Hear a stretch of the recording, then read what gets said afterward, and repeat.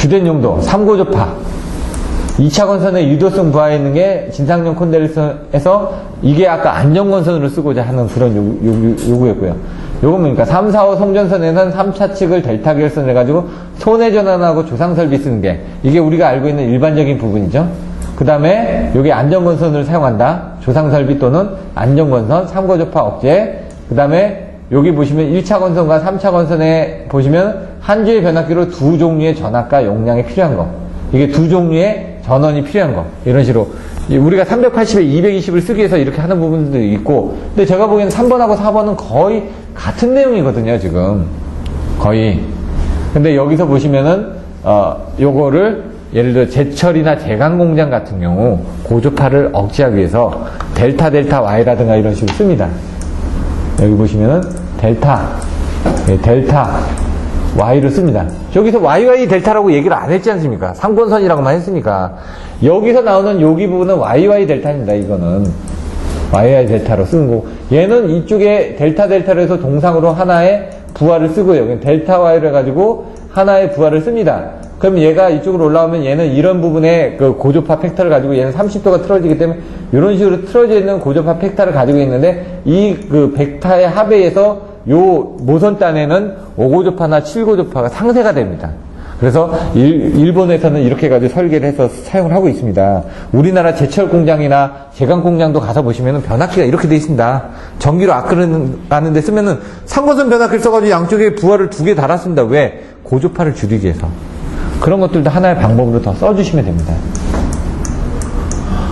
오전에 배우셨죠? XP는 어떻게 된다? XP는 2분의 XPS 플러스 XPT 마이너스 XST. 자기 거는 더하고 자기 게 아닌 거는 빼주고 그걸 2로 나눠주면 된다고요. 이런 것들도 잊어버리셨으면 보고, 아까 델타하고 Y도 좀 헷갈리시니까 그것도 한 번 더 보시고요. 그 내용이 여기 나와 있는 겁니다, 지금. 전절연, 군중절연. 전절연 하는 것보다 뭐다? 전체를 다 절연하니까 여기 가면 유효집지라는 내용이 나와야 된다는 얘기죠. 유효집지. 유효집지가 없네? 여기 있네. 여기 유효집지. 그러니까 유효접지 계통이 아니기 때문에 전절연을 한다. 그래서 비유효접지 계통에 접속되는 건선에 채용된다라는 게 나와줘야 된다는 얘기죠. 균등절연은 똑같이, 그래서 델타 건선이 나오는 거죠. 델타 건선, 여기서. 델타 건선. 균등하게 해줘야 된다. 그래서 델타 건선이라는 내용이 나와주면서 설명을 해주시면 됩니다. 피레기, 제한전압. 피레기 제한전압은 충격파 전압이 내스파여 방전할 때 피레기 단장 안에 남게 되는 충격전압 또는 피레기 동작 중 계속해서 걸리고 있는 단자전압의 파고가, 이런 식으로 좀 내용을 써주시면 되고요. 변압기의 절연 강도, 피레기의 제한전압, 피레기의 접지장 전압 강화에 의해서 변압기의 절연 강도는 훨씬 더 켜줘야 된다.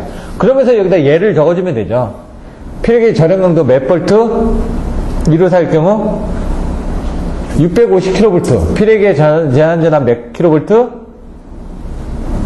460kV. 이렇게 밑에다 이런 것들을 하나 적어주시면 된다는 얘기죠. 확실하게 눈에 보이게끔. 그래서 피레기 접지장 전압 강화를 하더라도 충분히 얘가 견딜 수 있게끔 되어 있더라. 피레기 제한전압이 460kV 아닙니까? 네, 그런 것들도 여러분들 보시면 되죠. 그래서 여기 단자 전압 강화에서 되는데, 그때는 뭐가 있냐? 접지 방식에 따라서, 여기 피레기 전압 전략 방전 특성에 따라서, 그리고 맨 처음에 들어오는, 왜냐면 피레기 부분이 전압이 어떻게 되냐면은 2분의 VST죠. EA 플러스 2분의 VSL입니다. 피레기의 단자 전압은 EA 플러스 2분의 VASL 해가지고 얘가 왔다 갔다 하면서 자꾸 전압이 올라간다고 그러죠. 그래서 그런 부분을 봤을 때는 어떻게 됩니까? 길이라든가, 이 거리가 필요하죠, 거리. 피레기하고 피보기가 거리에 따라서 얘 전압이 더 커지지 않습니까? 그리고 걔가 접지가 어떻게 되어 있냐에 따라서, 틀려지니까. 피레기 전압 전류 특성, 들어오는 부분에 대한 것들이 틀려지죠. 원전압의 파형 및 파고치. 그게 VSL 아닙니까? V. 파도, 준두, 파고치, 거리. 그렇게 나와있죠? 그 수식을 보고 여기다 그 수식을 하나 적어주면서 이제 설명을 해주시면 된다는 얘기죠. 피레기 걸리는 전압 계산할 때 나와 있던 수식 있죠? 그 수식을 보시면 되고요. 효율 조건은 넘어가겠습니다. 이거는. 가공성전슬러, 복도체, 복승신이 나온다는 얘기죠. 복승신, 복도체를 쓰고, 그 다음에 송전전압을 승합을 하고, 그 다음에 신도체를 사용한다. 그 외에 팩츠나 HVDC를 사용하는데, 고다상 송전, 요것도 나왔죠. 한번. 그래서 이 TACSR, 여기 TACSR에 갭이 두는 게 또 있네요. 스타샤가 있고요. 여기 다 송전량 증대에 대해서 나와 있는 거죠. 요거는 쉽습니다. 이렇게 해서 계산해서 나중에 보시면은 PR 부분에서 가더라. 근데 여기 지금 57.3%는 또 나왔네요. 자, 터빈의 바이패스. 여기 보시면은 과대 압력 상승을 방지하는 데 목적이 있다. 아까처럼 갑자기 터빈 쪽으로 모든 출력이 들어가게 되면 안 되니까 그걸 빼는 역할을 하는 거죠. 증기를 빼는 거. 압력밥솥도 똑같습니다. 압력밥솥 계속 압력이 가에다가 나중에 터져버립니다. 그리고 어느 정도 압력이 되면 그때 뚜껑이 열리면 삐 하면서 이제 압력이 빠져나가죠. 그러면 이제 뜸을 들이는 거지, 그때부터. 얘도 마찬가지입니다. 그런 식으로 보시면은 유니트 기동 시에 터빈 통 기전에서 발생된 그 부분을 방출해서 운전 중에 뭔가 압력이 세지면 어떻게 합니까? 바깥으로 빼줘야 되겠죠. 그때 이제 바이패스를 한다. 전부하 시 과열 증기를 제열 증기관으로 바이패스가 가능하다. 보일러 터빈의 신속 안정한 기동을 하기 위해서 비상정지 시, 비상정지 시도 마찬가지입니다. 비상정지를 했습니다. 정지를 했죠? 그럼 어떻게 되죠? 터빈을 돌면 안 됩니다. 근데 얘는 보일러가 갑자기 꺼지나요? 안 꺼지죠? 그러니까 얘가 평상시 때 사용할 때도 있지만 정지할 때도 이런 부분이 필요하다는 얘기죠. 그리고 여기 보시면은 개통사고 발생 시 정지 않고 하우스로드 운전 지속 가능. 이거 같은 경우는 지금 그 보일러로 바이패스를 해가지고 쓰겠다는 얘기고, 터빈 기동 시 열응력 감소, 열응력 감소라는 부분, 전열면 과열 방지, 고용 입자인 블러드 침식 방지, 안전변 역할. 이거 다 안전 측면이네. 이렇게 내용들을 보시면 되고요. 요거는 지금 보시면 HP의 바이패스고요. 그 다음에 요건 LP의 바이패스고요. 터빈이 어떻게 돼 있죠? 터빈이 처음에 들어오면은 요 고압 터빈은 이렇게 X자로 돼 있죠? X자로 해서 돌고 난 다음에 어떻게 됩니까? 얘가 다시 나가서 제열기로 들어온 다음에 다시 이쪽으로 들어오죠. 이렇게 처음에 과열기에서 나온 증기가 HP 터빈을 돌고 나면은 여기서 그냥 바로 이쪽으로 가는 경우도 있지만 어떻게 된다고요? 대부분 과열기로 들어가서, 여기 보일러가 있으면 보일러가 이렇게 있다고 그랬지 않습니까? 보일러에서 과열기를 통해서 고압 터빈을 돌리고 난 다음에 어떻게 제열기로 들어가서, 요때는 압력은 떨어져 있습니다. 왜? 터빈을 지났기 때문에 압력은 떨어져 있습니다. 뭐 350이다 그러면 얘는 55 정도로 이렇게 뚝 떨어져 있다. 온도가 나올 때 650도인데 여기 바깥으로 나오면 한 350도 정도로 떨어져 있습니다. 그럼 여기서 올리는 건 뭐냐? 압력을 올리는 게 아니라 온도를 올리는 겁니다. 온도를 올려가지고 한 550도 이상을 올려가지고 얘가 이쪽으로 들어가면서 여기 저압 터빈이 여기 또 연결이 되죠. 이런 식으로. 저압 터빈도 이런 식으로 X자로 이렇게 연결되어 있는 경우도 있고, 날개처럼 되어 있는 경우도 있고, 그러면 이쪽에서 돌고, 일부는 여기서 추기를 하죠. 추기를 해서, 이게 추기를 하는 거죠, 지금. 이쪽으로 넘어가는 것도 있고, 요건 추기를 하는 경우도 있고, 여기서 또 바깥으로 또 빼나가는 경우도 있고, 다 틀려집니다. 여기 보시면은 전부의 65% 정도 용량을 여기서 커버를 하는데, IP, 중간에 IP가 있죠. LP 쪽으로, 콘덴서 쪽으로 보내서 바이패스를 하거나, 이런 증기 압력을 조절하기 위해서 한다. 이렇게 나와 있습니다. 여기 보시면 어떻게 되어 있다고요? HP 터빈을 통해서 IP하고 LP 터빈으로 가는데, 여기 연결된 부분에 얘가 빠졌죠? 빠져가지고, 이게 뭡니까? 여기 과열기고, 여기 제열기입니다. 제열기인데, 요 사이에서 바이패스가 있네요? 왜? 이쪽으로 가지 말고, 이쪽으로 바이패스를 하라는 얘기입니다. 지금 이쪽으로. 또 여기서는 이쪽으로 해서 가는데, 세이프티로 해서 이쪽으로 가지 말고 이쪽으로 또 바이패스를 하라는 얘기죠, 지금. 이런 식으로 옆에다 우회도를 하나씩 그려놨네요. 이렇게. LP 바이패스라고 되어 있죠? 바이패스. 얘가 이쪽에서 제열기를 통하고 터빈 쪽으로 들어가지 말고 이쪽으로 바깥으로 해서 복수기 쪽으로 빠진다든가 아니면 이쪽으로 할 수 있게끔 되고, 여기서 일부는 또 이쪽으로 해서 추기를 해서 또 간다고 되어 있죠? 이게 터빈이 모양이 그 한쪽은 이렇게 생겼잖아요. 그러니까 이렇게 그리면은 아니요, 터빈이 이렇게 안 돼 있습니다. 높은 데가 저 LP고 낮은 아니요. 데가 H. 터빈이 이렇게 돼 있습니다, 이렇게. X자로. 가운데서 들어와서요, 거기- 양쪽을 다 돌려주면서 나갑니다. 그치, 고압으로, 이제 고압으로 네. 들어와서 저압으로 네. 들어가는 거죠. 네. 저압이 높이. 아니, 이게 고압 터빈이고요. 저압도 이렇게 돼 있는 게 있습니다. 근데 저압 쪽은 보통 이렇게 돼 있죠. 저압 쪽은 이렇게 돼 있고, 고압은 이렇게 돼 있고요. 좀, 그래? 블라인드라 했나? 그걸 보면, 날개가 예. 긴 게 있고 작은 게 있어요. 예. 작은 데가 고압이고, 예. 큰 데가 저압이거든요. 예. 그러니까 이 고압이 이렇게 돼 있는 것도 이게 터빈이 다 똑같지는 않거든요. 형태가.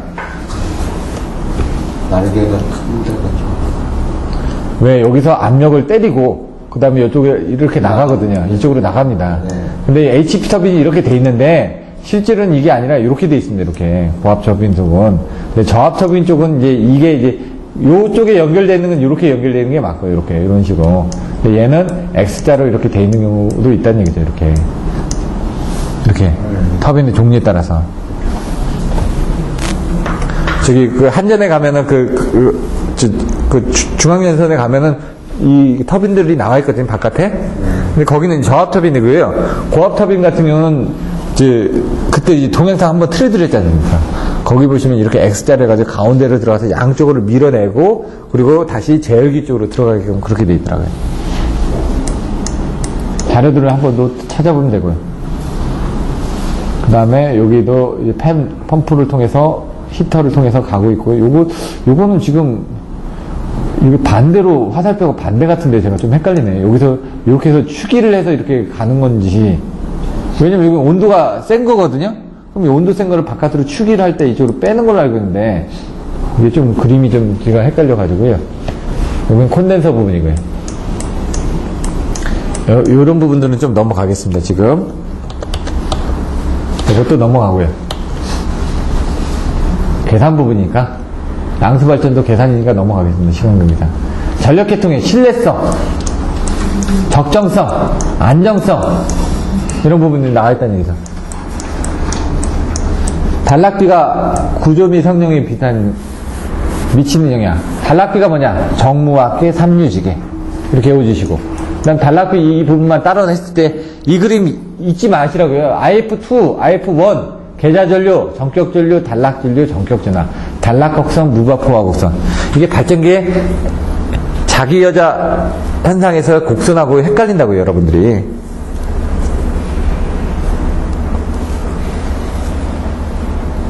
단락비 여기 계략값 나와있죠. 터빈 발전기가 이렇게 돼 있고 수차 발전기는 이렇게 돼 있다고요. 구안, 가전, 반무, 중요. 구, 안, 가, 전, 반, 무, 충, 효. 이렇게 외웠습니다. 저는 8가지로. 그걸 가지고 이제 여러분 테마를 넣어서 가시면 된다는 얘기죠. 일단은 또 설명을 또 드릴 거니까 일단은 전체적인 틀을 요거는 이런 식으로 외워 가야 되겠다 하고 그 다음에 살을 붙이는 거에 대해서는 또 설명을 또 드리겠습니다. 60Hz, 50Hz 보시면은 잘 보시면은 60Hz를 50Hz를 사용할 경우, 50Hz를 60Hz를 사용할 경우 이렇게 되어 있습니다. 여기 보시면은 자석 밀도 그리고 철성과 효율이 미치는 영향 이렇게 나와 있습니다. 효율, 온도 상승, 전격 출력 이런 것들 한번 보시고요. 전압 변동률도 한번 보시고요. 여기 조금 애매한 부분들이 있는데 그거는 한번 좀 같이 생각을 해봐야 될 것 같습니다. 1.2배인데 1.2배가 늘어나느냐 줄어드느냐에 따라서 좀 의견 차이들이 있거든요. 내용을 좀 한번 봐야지만 됩니다. 여기도 여기는 간단하게 정리가 됐습니다. 앞에 정리가 됐기 때문에 여기서 딱 보시면은 임피던스를 고려하지만 50Hz형 변압기는 60Hz에 사용이 가능합니다. 과열이 되지만 근데 60Hz형 변압기를 50Hz에 갖다 두면은 그때는 어떻게 합니까? 내가 60번을 때려줘야 되는데 50번만 때려주니까 얘가 출력이 약한 겁니다. 그래서 그런 경우는 설계 검토가 필요하다는 얘기죠. 용량에 대한 부분.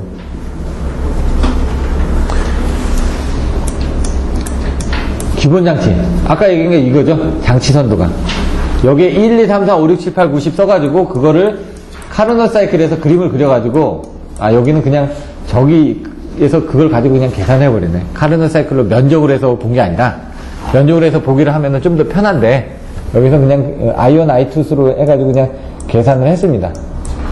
분산전환, 마이크로 그리드는 어떻게 되냐. 조그맣게 돼 있다는 얘기죠. 여기 보시면은, 복리템 분산형 전원이 돼 있는데, 이거는 마이크로 그리드는 작은 걸 얘기하는 건데, 재생, 전원 해가지고 이렇게 작게 해서 사용을 하고 있다라는 부분이고, 내용을 보시면은, 큰 내용은 없는데, 에너지 저장 장치를 이용해서 그냥, 적용을 하고 있다. 이런 내용들만 나와있는데.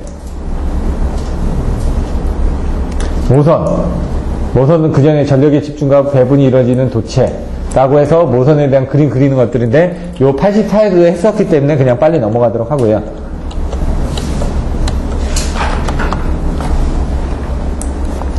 모선 보호 방식 같은 경우는 압류방위 환차로 설명을 하면 됩니다. 압류방위 환차. 중성선의 가보현상 하게 되면 여기선 고주파를 계산해서 여기 보시면 120도, 240도 이렇게 돼 있죠. 여기 3배를 하면 어떻게 되죠? 360도가 되고 얘는 3배를 하면 720도가 됩니다. 여기 360도 이렇게 720도가 나오죠. 이렇게 돼서 얘는 3ωt가 되는 겁니다. 3고주파가 흐를 때는 120도에다 3배 하게 되면 360도가 돼서 0도가 되겠죠. 이런 식으로. 그래서 고주파가 여기는 이렇게 돼 있는데 그림을 하나 그려주시면 되는데 이거는 다 수식만 나와 있으니까 이걸 헷갈리게 되는 겁니다. 지금 제가 보기엔 그림을 그려주는 게 낫습니다. 상고주파 때문에 중첩이 돼서 중성선에 된다는 거. 그래서 스칼라 그림 그려주시고 111이 가게 되면은 중성선에 3이 흐른다. 이런 식으로. 그러니까 제가 아까 얘기한 건 뭐냐면 이렇게 돼 있다. 이렇게 가고 이쪽으로 돌아오는 거니까 N상이. 그럼 여기서 R상, 여기 S상, T상 이렇게 그림 그려주시고요. 이렇게. 그러고 나면서 이게 1이다. 그럼 얘는 어떻게 됩니까? 조그만 크기로 여기에 이런 식으로 이렇게 들어올 거 아닙니까? 이게 3이라는 둘, 셋 해가지고 여기 3이라는 수치가 스칼라에 향이 돼가지고 들어온다. 그래서 얘를 그림을 하나, 둘, 세 개에서 이 부분을 보고 밑에서 R상에 대한 부분, S상에 대한 부분, 이렇게 T상에 관련된 부분 이렇게 해서 여기 고주파 부분이 3고주파가 R상에 대한 부분, S상에 대한 부분, T상에 대한 부분이 합쳐져서 여기는 3배가 이렇게 둘, 3개가 이쪽으로 들어온다. 이런 식으로 그림을 그려서 표현을 해주면 된다는 얘기예요. 그림으로. 수식으로만 보여주기는 힘드니까 그런 그림들을 좀 보여주시면 됩니다. 이런 것들은 역률 같은 거는 빼고요. 여기 아까 보시면은 발전기가 있어야 되겠죠? 근데 여기는 죄송합니다. 40M에 여기 200대 5고 이게 1200대 5입니다. 0이 하나씩 빠졌네요. 200대 5, 1200대 5. 그리고 여기가 Y니까 뭐라고요? 여긴 델타 결선. 여긴 델타니까 Y 결선. 87로 해놓고. 그리고 여기 저한 접지를 이쪽에다 접지 잡아주시고, 여기도 이쪽에다 접지를 잡아주셔야만 됩니다. 접지를. 기기를 바라보는 쪽에. 기기에 가까운 쪽에 접지를 잡아주셔야만 됩니다. 반드시. 87은. 그래서, 여기는 112.5고 756.3이니까 얘는 몇 프로가 됩니까? 전격줄을 하면 167이고, 얘 113.4니까, 요거는 몇 프로가 되죠? 2.81이 되고, 얘는 3.15가 된다는 얘기죠. 그러면 2.81하고 3.15 차이가 나니까, 거기에 루트 3배만큼 전류가 들어오니까 4.87이 되니까, 얘를 5.0에다 가깝게 되면 여기 오차율이 적어질 거 아닙니까? 얘도 3.15니까 얘를 3.2 정도에 갖다 주면은, 요 오차 부분, 요 오초만큼을 얘가 받아들이겠다는 얘기입니다, 사실. 그런 식으로 해서 맞춰준다는 얘기예요. 오차 부분, 아까 제가 곱해주고 나눠주고 그런 개념으로 보시면 되고요. 그 다음에, 부정합. 이게 미스매치율이라고 합니다. 미스매치율. 미스매치율은 5%를 넘어가면 안 됩니다. 그래서, 요게 아까 3.15가, 4.87인데, 4.87 대 3.15입니다. 그럼 0.647이죠. 근데 이걸 5하고 3.15로 바꿔놨습니다. 그럼 0.64가 되는 거죠, 지금. 이게 미스매치를 줄여주기 위해서 보조로 탭을 달아준 거죠. 그러면 그거하고 해서 여기서 이걸 이용해서 빼주게 되면 전체적으로 오차 부분, 여기서도 오차가 있을 거고 여기서도 오차가 있는데 그 오차 비율이 5%가 넘어가지 않게끔 이렇게 탭을 조정을 해주는 겁니다. 그래야지만 되니까. 근데 어차피 여기는 9% 정도죠. 1.09%죠. 오차율이. 거기에다가 아까 뭐 CT 쪽에서 오차가 발생하죠. 뭐 이런 것들을 다 더해가지고 계산을 해서 30%를 계산할 때 이런 것들이 다 선정이 되는 겁니다.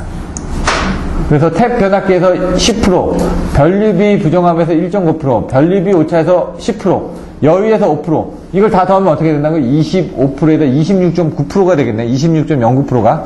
그래서 아까 얘기한 것처럼 이 답을 다 합해서 30% 이상의 탭에 정정한다. 이런 식으로 이제 설명을 해주면 되는 겁니다. 미스매치까지 다 고려해서. 요거는 어떻게 나와 있냐? 요거는 경보계정기 카탈로그 보면은 이렇게 하는 방법들이 나와 있거든요. 디지털은 이렇게 안 합니다.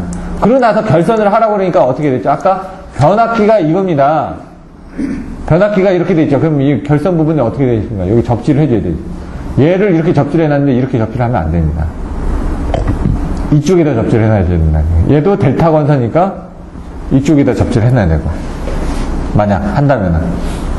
그리고 여기 델타 건선을 해서 이게 들어오고 나가는 부분을 이렇게 그림을 그려놨는데 좀 헷갈립니다. 이거는 지금 봐야 되는데. 중요한 거는 여기가 Y결선이고 여기 델타니까 여기가 Y이기 때문에 얘가 델타 결선이라는 부분을 명확하게 보여주셔야지만 됩니다. 간극성, 가극성 때문에 이제 KL 부분이 나와 있고요. 접지 부분이 나와 있다는 얘기입니다. 이렇게. 발변전투 접지 방법. 원어의 사정극법, 코올라시 브릿지법이 있다. 그 다음에 저번에 설명드렸죠. 0.6을 해가지고 지락전류 분류계수가 나온다고 설명드렸죠. 그래서 1500V나 2000V를 기준으로 해가지고 여러분들이 접지장 값을 계산한다고 했고요. 그 다음에 토치에서 접점 이남부를 해가지고 계산을 하신다고요. 여기 1500V를 해서 소유 접지장을 계산을 합니다. 토치에서 접점 이남부에서 접촉 전압을 하는데 손을 댔죠. 손을 대면 뭐라고요? RF가 2분의 RF가 된다고요. 그 2분의 RF가 된다고 여기 2분의 RF 됐죠. 그래서 0.0135 해가지고 1000 플러스 1.5 로에스에 0.116T가 되는 겁니다. 여기는. 근데 손을 안 댔습니다. 안 댔으면 어떻게 된다고요? 여기가 3개 된다고요. 손을 대면은 제가 손을 대면 어떻게 된다고요? 3개가 된다고 그랬죠. 하나, 둘, 3개가 되는 겁니다. 이렇게 3개가 된다라는 걸 요것도 3개죠. 얘는 2개가 되죠. 이렇게. 근데 저는 그때 이거 하나, 둘, 3개로 했습니다. 그 다음에 얘는 3개가 여기 하나, 둘, 3개입니다. 발 사이에 손을 안 댔으니까 발 사이에도 저항이 있으니까 하나, 둘, 3개로 했다는 얘기고. 우리 여기도 하나, 둘, 3개가 있다는 얘기죠. 하나, 둘, 3개, 하나, 둘, 3개. 이런 식으로 3, 3을 외웠습니다. 여기는 이거하고 이거밖에 없으니까 여기 하나, 둘, 3개. 이렇게 외웠고요. 나중에 이제 외우실 때는 어떻게 하면 되냐면은 발 밑에 저항이 들어갔느냐 안 들어갔냐, 손으로 잡았을 때 아니면 안 잡았을 때 그걸 기준으로 이렇게 여러분들 생각해 놓으시면 좀 더 편합니다. 다시 한번 손을 잡았습니다. 손을 잡았으면 손을 통해서 내려가죠. 그럼 발이 병렬이 될 거 아닙니까? 발이 병렬이 되니까 여기 발 밑에는 저항이 없다는 얘기죠. 발이 붙어버렸으니까. 근데 여기 같은 경우는 손을 안 잡았죠. 그러니까 발을 통해서 나가니까 여기는 발이 안 붙어있죠. 발을 통해서 이 몸을 통해서 다시 다른 쪽 발로 나가니까. 그래서 요 사이에는 저항이 있다라고 생각을 한 겁니다. 그런 개념으로. 그럼 여기 3개고 여기도 3개고. 그리고 여기서는 얘가 직연료 연결되니까 RF, RB, RF가 돼서 여기는 2RF가 된다. 그래서 1000 플러스 6 로에스가 된다. 1000은 뭐냐? 몸에 대한 저항이 1000옴이라는 얘기입니다. 몸에 대한 저항이 2000옴으로 쓸 수도 있는데 1000옴으로 계산한 겁니다. 근데 우리가 어떻게 되죠? 손이 이제 척척하거나 그러면 저게 1500옴으로 떨어지는 겁니다. 500옴으로 떨어진다는 건 이 스텝 볼테이지가 떨어진다는 거죠. 몸이 견딜 수 있는 전압이 떨어지니까, 내량이 떨어지니까 더 위험한 거죠. 그래서 이런 부분이 올라가줘야지만 자기가 견뎌지는 거죠. 자기 몸의 저항이 높아야지만 자기 몸에 견딜 수 있는 전압 레벨이 올라가고, 그랬을 때 여러분들이 접촉했을 때 우리 몸이 견딜 수 있는 전압 레벨이 올라가니까 그쪽에서 치고 들어오는 전압이 내가 견딜 수 있는 전압보다 낮으면 안정한 거고, 내 전압이 저쪽보다 낮으면 그 전압이 나한테 치고 들어오겠죠. 그때는 위험한 겁니다. 그래서 스텝 볼테이지하고 터치 볼테이지를 가지고 이제 계산을 하면서 그게 어떤 게 더 높아야 된다 얘기하고, 그 다음에 거기에 대한 메시를 결정하고 이런 것들이 나와 있는 겁니다. 접지 저항 값들을 계산하는 것도 빼줘보고요. 이런 것들은 최적 조류도 그냥 생략하겠습니다. 안에 보시면 되니까요. 다중접지. 아까 보시면은 여기는 배전선례 보호 접지를 RSL로 안 하고 그냥 과전류 계층기에 OCR로 설명을 했습니다. 여기는 변전소에 피더는. 근데 여기 가서는 어떻게 되죠? 리클로저 세 대까지 되죠. 그 다음 섹셔널 라이저 세 대까지 되죠. 라인 퓨즈 몇 대까지 된다고요? 2대요. 3, 3이. 그래서 여기는 리클로저 섹셔널 라이저 라인 퓨즈 뿐만이 아니라 배전선의 보호 장치인 OCR에 의한 단락 보호하고 지락 보호도 설명을 해놨습니다. 그 상호 간의 보호 협조를 하기 위해서 리클로저하고 리클로저 간에 보호하는 부분에서 여기 CB 쪽에 리클로저가 있고 여기 퓨즈가 있고 이런 것들을 그림을 그려가지고 이런 식으로 그림을 그려가지고 변전소의 OCR도 하나 그려가지고 그 다음에 리클로저, 섹셔널라이저, 라인 퓨즈 간의 관계들이 어떻게 되는지 설명을 해놓은 겁니다. 극성 과전류 형수 이거 아까 설명을 드렸죠? 이런 것들은 뭐 저도 다 못 외우는 겁니다. 계측기용은 0.1, 0.2, 0.5, 1 뭐 이렇게 나갑니다. 이건 오차율이 작다는 얘기입니다. 아주 계측기이기 때문에. 얘는 OP는 뭐라고요? 5%의 오차를 가지고 있는 겁니다. 10%의 오차를 가지고 있는 겁니다. 왜? 고장 진류가 났을 때 큰 진류가 들어오거든요. 나는 100A인데 계측기용은 150A까지를 보면 되거든요. 근데 보호계정기는 어떻게 합니까? 1000A, 20000A, 100,000A 이런 걸 읽어드려야 되니까 오차율이 커질 수밖에 없다는 얘기입니다. 3차 건선은 G자리를 표시를 하고요. 뭐 클래스 X형이 있고 그 다음에 G형이 있고 이에 ILS가 있고 뭐 여러 가지 내용들이 있습니다. 과전류 정수, 부담, 포화곡선, 여기 포화죠. 여기 부분에 이렇게 포화곡선 하면서 니포인트 볼테이지 같은 것도 한번 써주시고. 아까 이게 잘못했어요. 예? 200이면은 예. 이자가 C 다음에 있는 게 5. 예. 그러니까 2가 붙으면은 200이면은 200에 2가 2옴이고 800이면 800이 8에 8옴이고 1248로 외우시면 됩니다. 지금 제가 아까 헷갈렸던 부분이 C100, C200, C400, C800으로 보실 때는 저항은 1248 똑같습니다. 그 앞에 숫자하고. C100일 때는 1옴이고 C200일 때는 2옴이고요. C400일 때는 4옴이고요. 그게 왜냐면은 그 뒤에 있는 그 부분이 틀려집니다. 여기 자생인데 못하나요? 바로 예. 밑에. 요거 자생입니다. 네, 25에 돼가지고 2옴이 돼서 얘는 50V밖에 못 끄는 겁니다. 2옴밖에 안 되기 때문에. 근데 전압은 200V가 맞습니다. 그래서 아까 5A짜리를 2옴짜리를 해서 20배의 과전류 정수를 가지고 있기 때문에 200V까지 걸 수가 있는 겁니다. 얘는 전압을 200V까지 걸 수가 있는 겁니다. 그게 더 좋은 겁니다. 전압을 높게 걸 수 있다는, 아까 똑같죠? 사람이 전압이 높아야지 견딜 수 있다는 거하고 똑같습니다. 얘가 전압이 높다는 건 내량이 커지는 겁니다. 내량이 커진다는 건 부담이 커진다는 얘기입니다. 얘가 같은 8옴이 됩니다. 8에 대해서 5의 자승을 하게 되면 25 곱하기 8이니까 걔가 이제 200옴이 되는 겁니다. 한 점에 1800% 많이 있어요. 예? 그리고 얘가 아까 1옴짜리 했죠? 1옴이면 25, 50, 그리고 그 다음에 얘가 4옴이니까 이제 100옴, 200옴이 되는 겁니다. 200V에. 부담으로는 25, 50, 100, 200V가 되는 거고요. 전압으로는 C100, C200, C400, C800이 되는 거고, 저항으로는 1옴, 2옴, 4옴, 8옴이 되는 겁니다. 이렇게 외워주시면 됩니다. 첫째 숫자를 가지고 25옴부터 시작하면 되니까. I 자승 R이라고 제가 아까 설명드렸죠. 분명히 I 자승 R. I가 5A니까 I 자승하니까 5의 자승에다 1옴 썼으니까 25 VA가 되는 겁니다. 나머지는 넘어가고요. 뭐 이런 것들도 넘어가겠습니다. 수차 넘어가고요. 이런 것들은 내용들을 한번 보시고요. 여기서는 아까 PF 컨트롤을 설명해야 된다고 그랬지. PF에.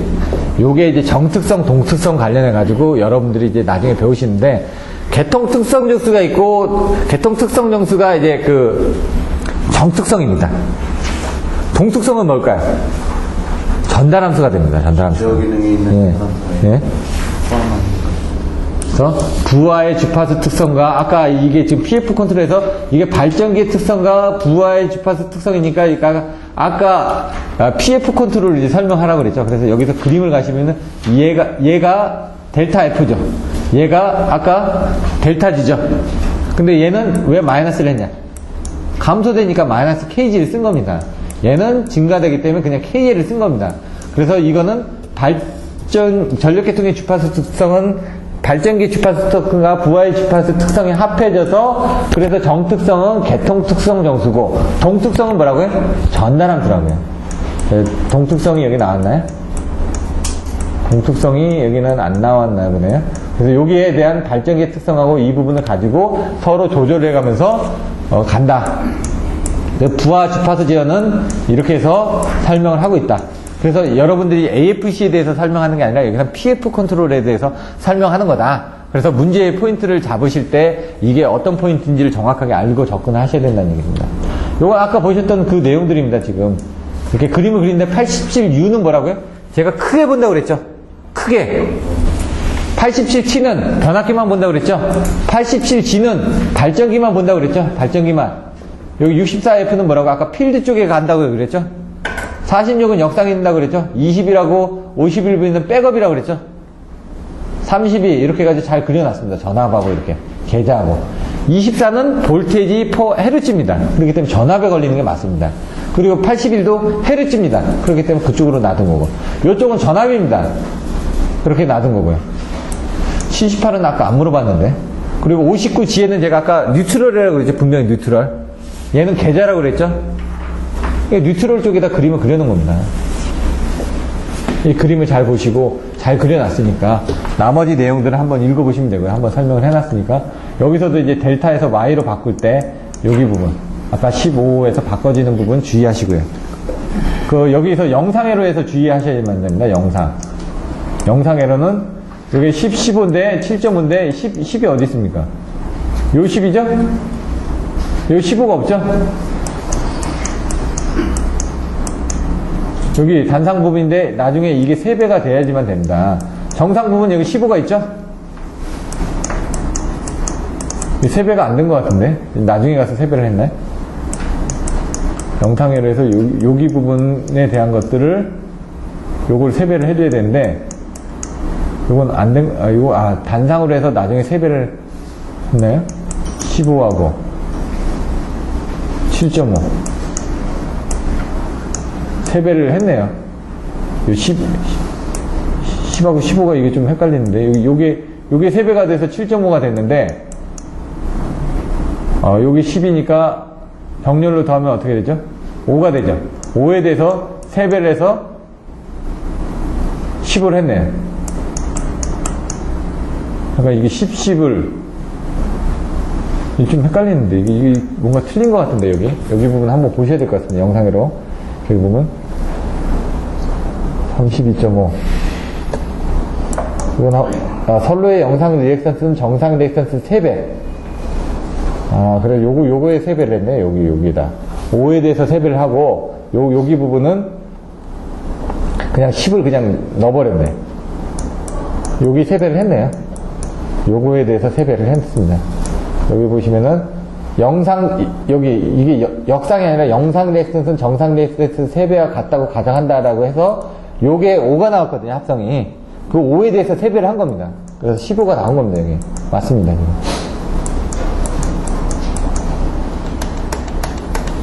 그리고 요거는 이제 한번 보셔야 되고요. 요것도 좀 헷갈립니다, 내용들이. 이 수식이 어려운 수식이거든요. 이렇게 해서. 개방단에는 아까처럼 이 수식에까지 나와줘야 된다. 이게 어렵습니다. 한번 살펴보셔야 되는데 얘가 하는 부분은 결국은 CA-CB-CC 그 수식이죠. 이게 정전 유도에서 나왔던 중성선 잔류전압 수식 있죠. 그 수식하고 유사합니다. 지금 보시면은 조금만 보시면 어렵진 않습니다. 이렇게 해서 86회까지 끝났고요. 잠깐 쉬었다가 그 다음에 다음 문제 또 설명을 드리도록 하겠습니다.